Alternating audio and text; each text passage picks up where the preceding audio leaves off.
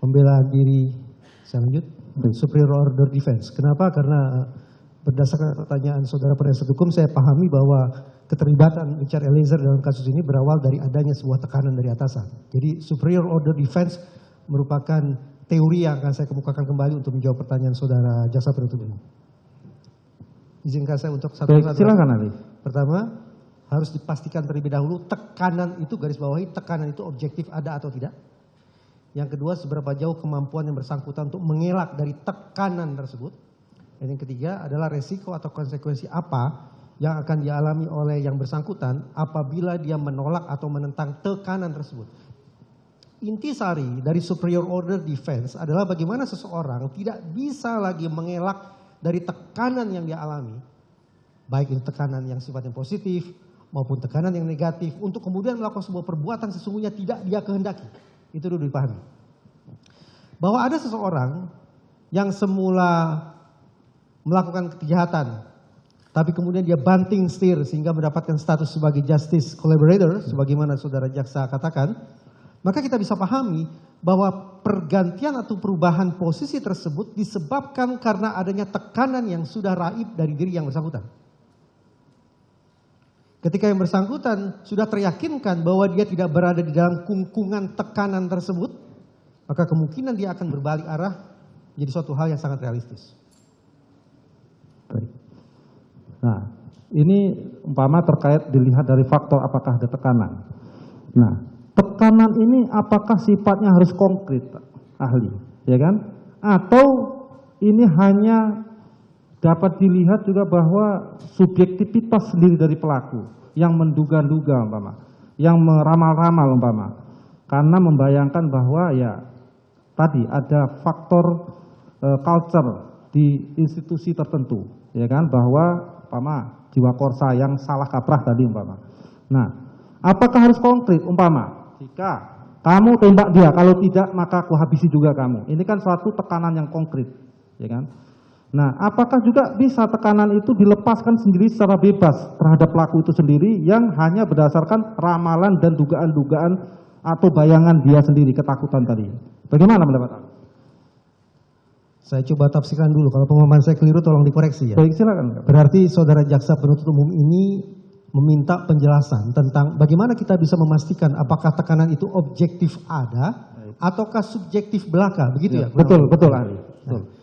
Sebagaimana saya uraikan tadi, untuk memahami secara utuh, secara jernih kita perlu rambah 3 dimensi sekaligus.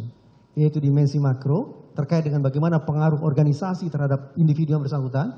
Kemudian dimensi mikro yang saya tidak tahu, apa sesungguhnya isi dimensi mikro saudara Richard Eliezer, saya tidak tahu. Dan yang ketiga adalah dimensi meso, yaitu interaksi antara Richard Eliezer dengan pihak yang memberikan perintah atau tekanan tersebut, yaitu Verdi Sambo. Konkret pun saya tidak tahu interaksi apa yang berlangsung di antara mereka. Tetapi, sebagaimana tadi saya katakan, ada temuan-temuan yang lebih rinci dari Milgram yang patut untuk kita cermati dan mungkin untuk kita terapkan dalam persidangan ini untuk menakar seberapa objektif sesungguhnya tekanan yang dirasakan oleh Richard Eliezer tersebut.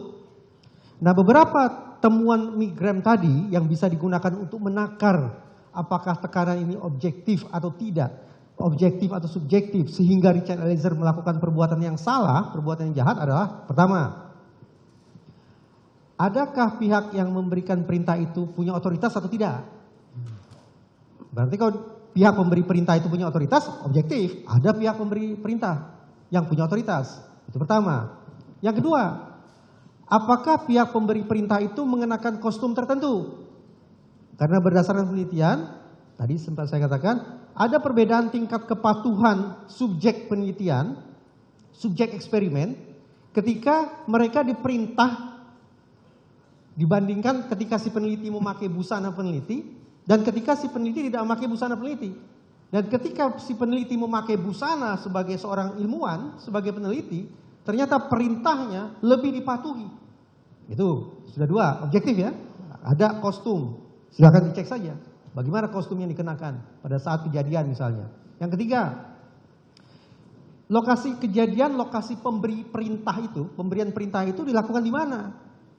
Di lokasi yang otoritatif, Atau lokasi yang umum saja.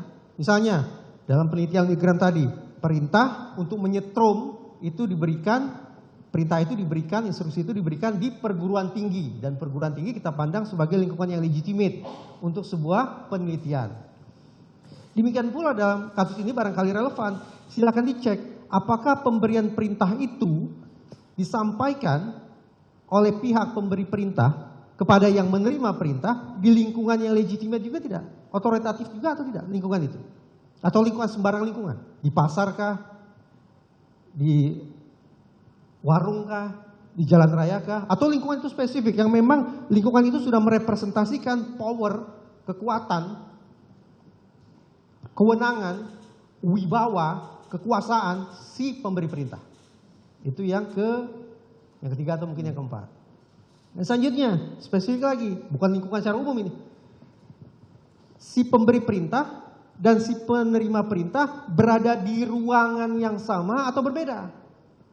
Karena penelitian Milgram menunjukkan ketika perintah disampaikan sementara pemberi perintah di ruangan yang berbeda, tingkat kepatuhannya berbeda ini terhadap si penerima perintah.